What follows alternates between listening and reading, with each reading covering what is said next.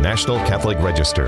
This is Register Radio, bringing light and clarity to the news and topics that affect your life. Imagine sailing to the Caribbean on a gorgeous cruise ship, seeing the sunsets, and deepening your Catholic faith at the same time. This week on Register Radio, we talk to EWTN's famous Teresa Tomeo, who tells us how that is really happening on the Good News Cruise. And then, Professor Santiago Schnell, a Venezuelan scientist and provost of Dartmouth College, is raising eyebrows across the academic world. Register senior editor Jonathan Liedl tells us why.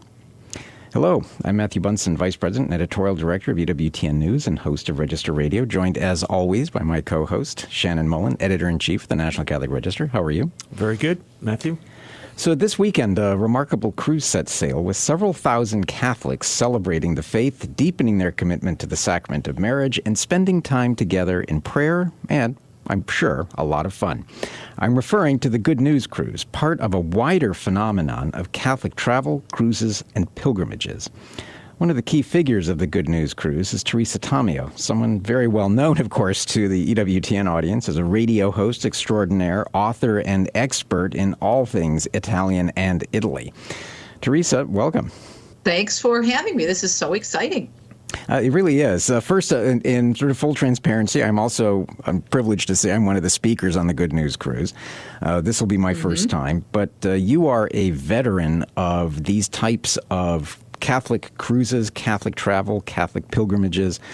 What is it about this modern era that is sort of driving Catholics to undertake these journeys beyond even just pilgrimages? I think it is, and there's so much research coming out about this. It's a great question, Matthew. I don't know if you had a chance to look over Bishop Michael Burbage's recent pastoral letter on the mental health crisis in our country. He talks about the desire for community, the need for community, that we've lost that, and that people are really searching for it. And I think deep down, that's what's going on. Obviously, the attraction of wonderful speakers such as yourself, and we also have, believe it or not, Andrea Bocelli joining us on this cruise, which is amazing. And it's a great lineup of EWTN presenters as well and other speakers from around the country. But I really think it is a desire for people to come together and have fellowship, and it's growing, especially since COVID. The very first cruise, and I've been on all of them, this is our sixth cruise. This is our first full Catholic charter, but this is our sixth Good News Cruise.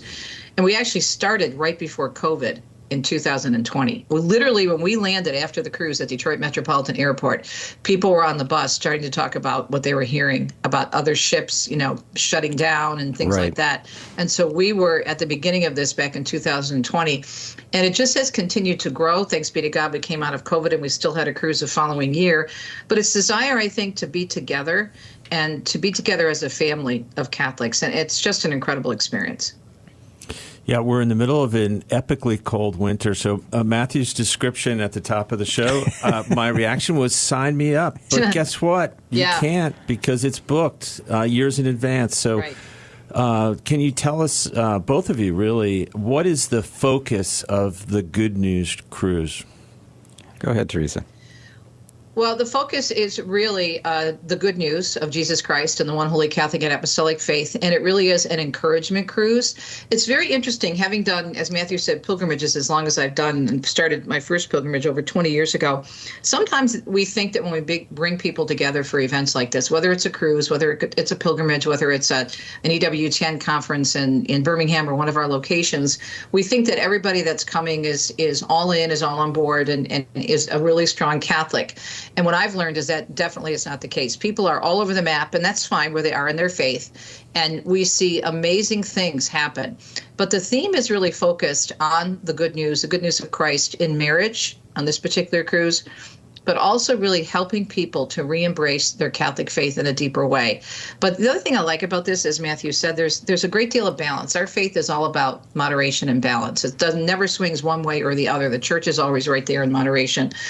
And there's a lot of fun on this cruise. I mean, I love to dance, and I will be out on that dance floor as often as possible. My husband will not, but that is one of, that's one of the things. I'm with Dom on that, just for the record.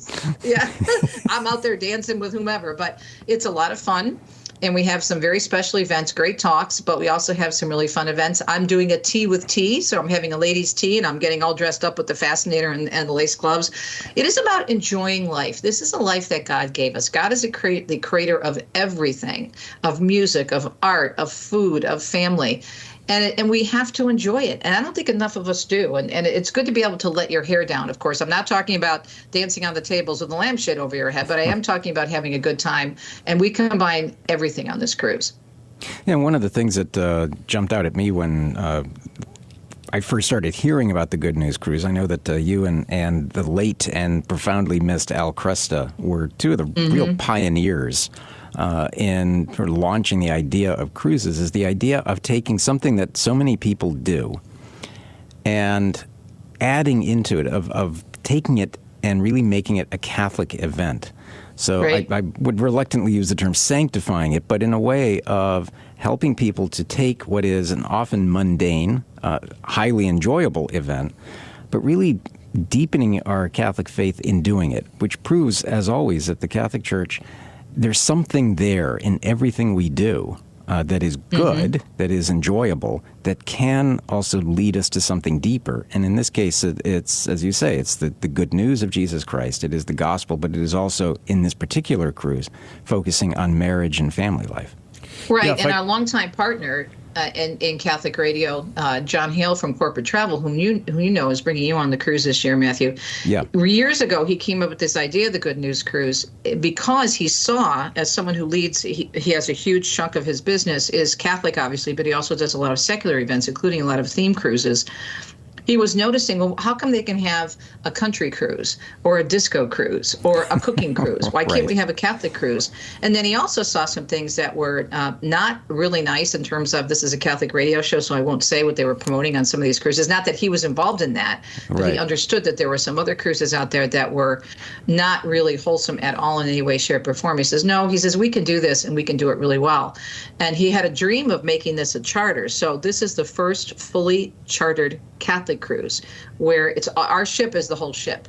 Previously, we would be on large Royal Caribbean ships, and we'd say we'd have probably about a quarter of the ship, and we would intermingle with the other passengers, which was a great way to witness. But now we have the entire ship, and I think that's going to make a difference because we have more control over the venues, which is really nice. I just think it's going to be phenomenal. Yeah, just to get a plug in for the Register. So our February 22nd print issue is a special report on Catholic cruises. So as Matthew mentioned, this is really part of a trend within a trend, the bigger trend of Catholic pilgrimages. So we have a number of stories about people who love doing this, who've been on your cruise and others, and also a story about priests who are recruited to be on just normal cruises as Catholic chaplain, and what that experience is like. So it's a really interesting package of stories. But I wanted to ask you, what is it about a cruise that is different from a conference, for example? Why is this a better way, or why is this a much different way to kind of share your faith and deepen your knowledge of the faith? Well, I think for one thing, it's longer. If you have a conference, many conferences or retreats may last for a day or 2 days, maybe even 3.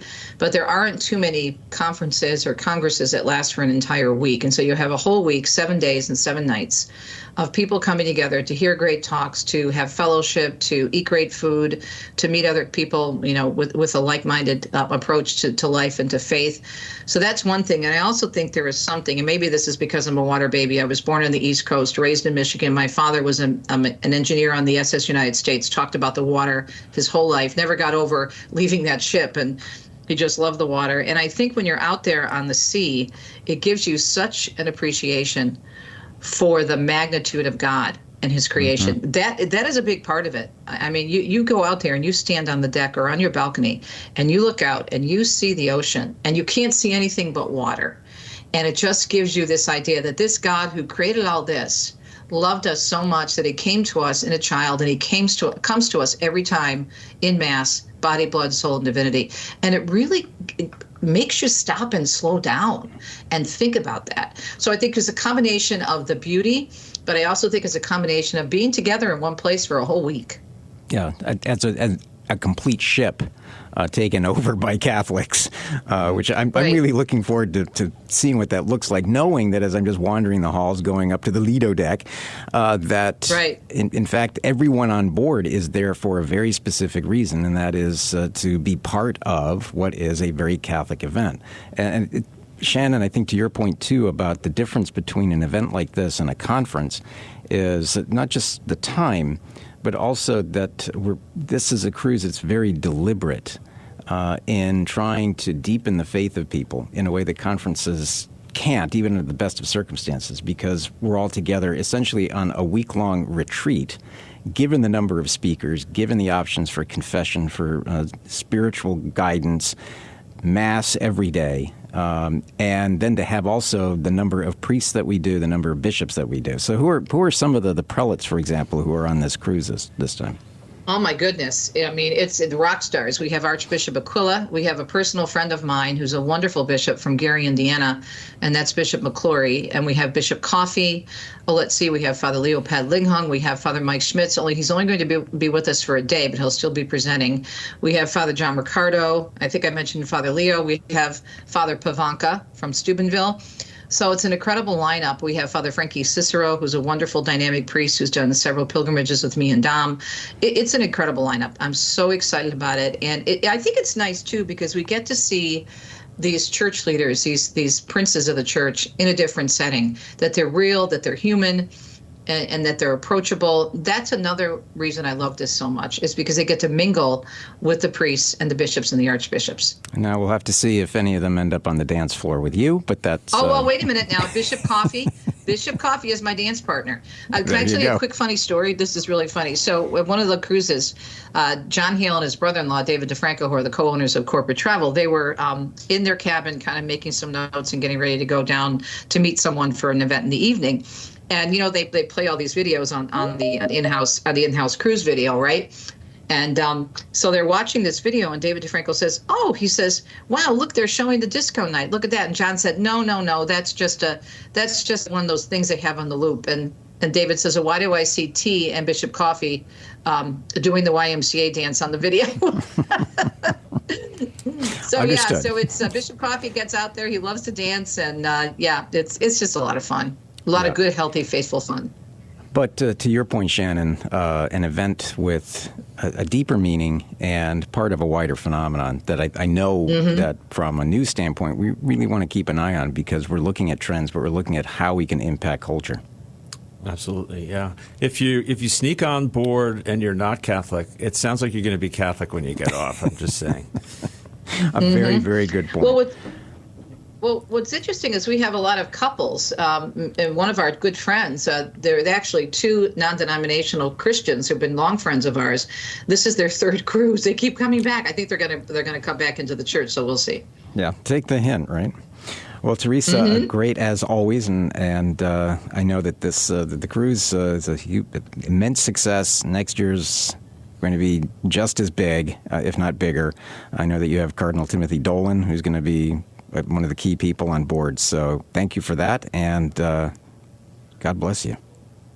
Thank you. We'll see you soon.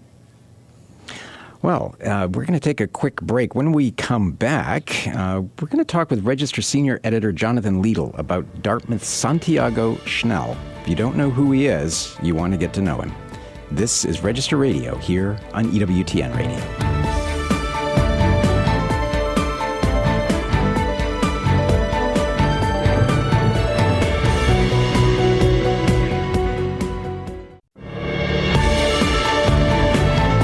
Let's return to Register Radio on EWTN. And welcome back. I'm Matthew Bunson, here as always with Shannon Mullen, Editor-in-Chief of the National Catholic Register.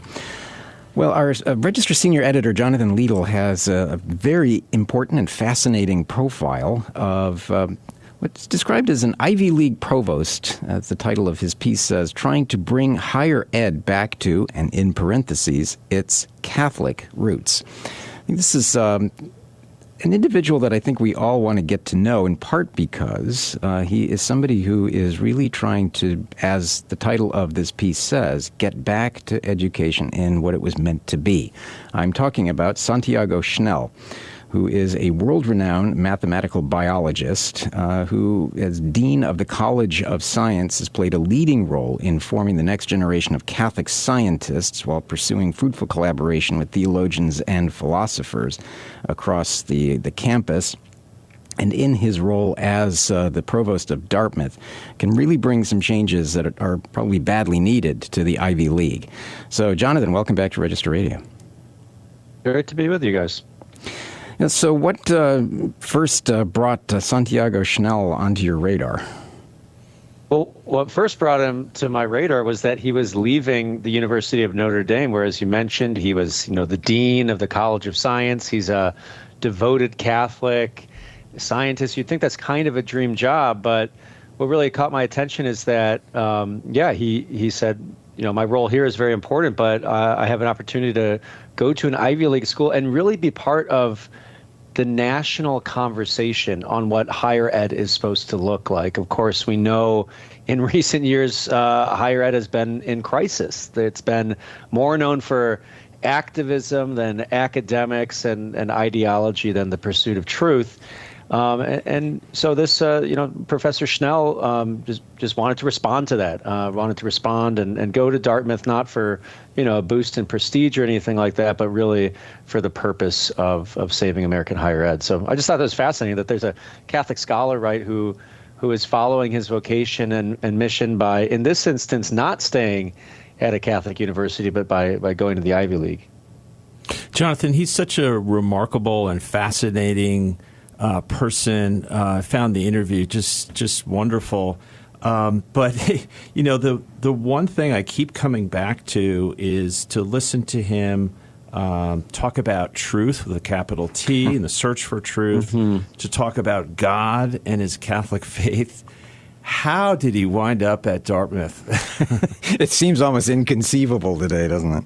Well, you're right. I mean, and a little bit of it from my perspective, I when I was going there, I'm like, okay, I know he's Catholic. He's a serious Catholic. How much is he going to talk about in the interview?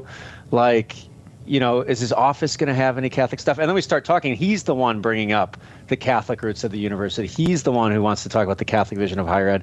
And his office is absolutely covered, right, in devotional things and images of Mary everywhere. He prays the prayer of Thomas Aquinas every day before he starts work. He has a pectoral cross that Pope Francis had, the Good Shepherd cross, that he keeps by his desk to remind him of his vocation as provost, of helping steward, the academic mission of the university. And for inspiration, he's reading St. John Henry Newman and John Henry Newman's letters on, when he founded a Catholic university in Dublin in the 1850s. So he's very, he's not trying to hide his Catholicism in any way. And you're right, it was very surprising to me. And I think it speaks to probably the vision of the president of Dartmouth. That's C.N. Beilock, who came over to Dartmouth to lead the whole university just in the past few years from the University of Chicago. And the University of Chicago, I think, has had a long-standing reputation, maybe compared to some of the Ivies and other elite universities, for really saying, like, hey, we're here to discuss ideas. We're not here for safe spaces. We're not here for activism. Although certainly, things like that have happened at UChicago. But I think President Beilock really brought that vision of let's get back to the basics with higher education. Let's have professors who teach students how to think, not just tell them what to think.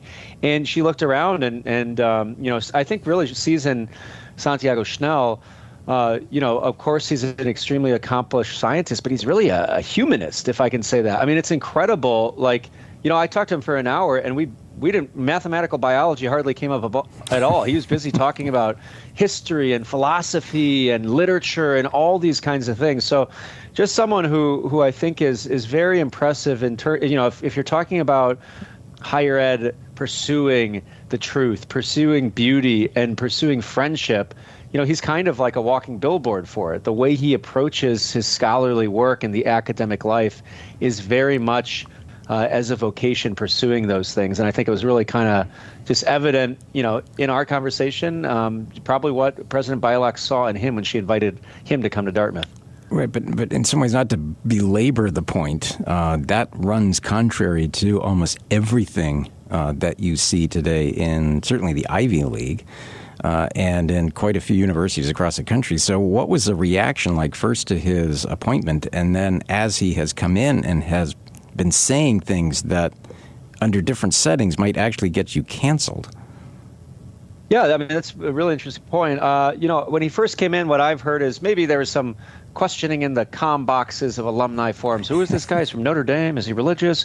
But really what I've heard in terms of what's playing out in Hanover is that, he's just very good at his job. He's a very good academic administrator. He's an exceptional scholar. And so I think he has credibility because of that. I brought up this phenomenon of cancel culture, which of course has been a reality, in many, many places, many other Ivy League and elite institutions. And in his view, he says it's kind of overstated, right? The kind of dangers of it. He says that if you're really good at what you do, people respect you, even if you have a different viewpoint, even if you contribute something different.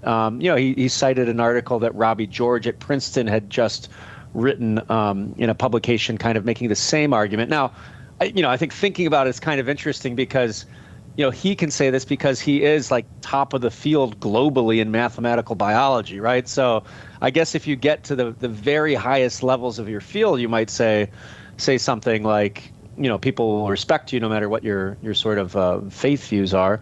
But I think the message he gave to me really to share with others, because I asked him for his advice to young Catholics who might be thinking about going into academia, is to be not afraid. He described it as an extremely noble vocation.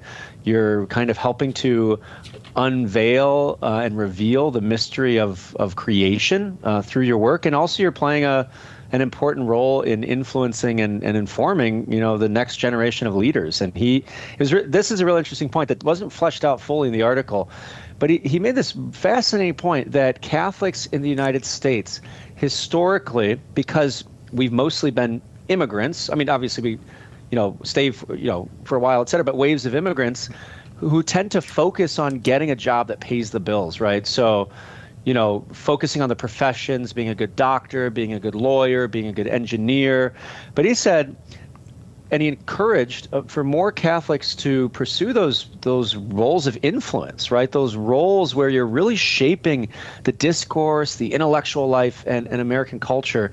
And he's doing it at Dartmouth, and so far no cancel culture cries or anything like that. They haven't been marching on his office, in other words. No, I didn't see the pitchforks or the torches when I was there. So, yeah, well, you can see the appeal. I mean, if you were a serious academic, you could see how infectious his enthusiasm would be in your work. And as he said in your piece, he's really there to make sure everybody flourishes, the students, but also the faculty as well. So we wish him good luck. Absolutely. And, I think even though he's not at Notre Dame anymore, he's still very engaged in the specific question of Catholic higher ed. And he made some really interesting comments in our conversation about the problem with Catholic universities right now is they're playing what he calls the rankings game. They're sort of judging their own performance by these external metrics of rankings, like, U.S. News college rankings. And he said a lot of the metrics, the criteria that go into that aren't even academic, and they're certainly not often consistent even with the Catholic social teaching and the vision of a Catholic university. And so he really encouraged Catholic universities to not focus so much on the affirmation of those, outside of the university, but to really focus on doing what they do distinctly, exceptionally well. And he had this beautiful image. He said the mission of a Catholic university should be to cultivate the future doctors of the church, which I know, Matthew, that's kind of your specialty, doctors of the church. So I don't know, maybe you and him can partner and put together a new Catholic doctor university or something. And not medical doctors, of course, but those brilliant intellects who have helped really unpack and apply the church's teaching in an ever-changing world. Well, that's exactly right. I mean, it's very clear that Newman, our 38th and newest doctor of the church has clearly influenced him. But I appreciated especially his comments on Catholic universities. And he's coming from Notre Dame, which itself has this long-standing reputation, but as we've been reporting at the Register, some fairly recent dubious appointments. So the concern of Catholic identity is certainly going to be remaining, isn't it, Jonathan? Yeah, absolutely, and I would expect Professor Schnell to continue to be a very important voice in that conversation. Even, he's at Dartmouth, he's at an Ivy League school, so certainly in American higher ed in general. But I think even from that vantage point, his words will matter in terms of when we think about reforming Catholic higher ed going forward, right? So, definitely someone to keep an eye on, I think. Yeah, very quickly, Jonathan, what are you working on? Right now, well, we've got Catholic education. We just had Catholic Schools Week, and so looking forward, it could be a big year for Catholic schools. So just taking a look at what opportunities to advance school choice there are on the federal level and the state level. There have been a lot of wins, so to speak, in recent years. So talking to some advocates in that arena, they really see 2026 as a chance to build on that momentum. So not the higher ed, but more, elementary, middle, and high school education. But, right. Education is very important to us Catholics. It is. Well, Jonathan, thanks as always for your work. Thanks so much, guys. Well, that's it for Register Radio for this week. Remember, for more news, analysis, and commentary, check out the National Catholic Register online at ncregister.com. Thanks again. On behalf of our producer, Michael McCall, and Shannon Mullen, I'm Matthew Bunson. Please take care, and God bless.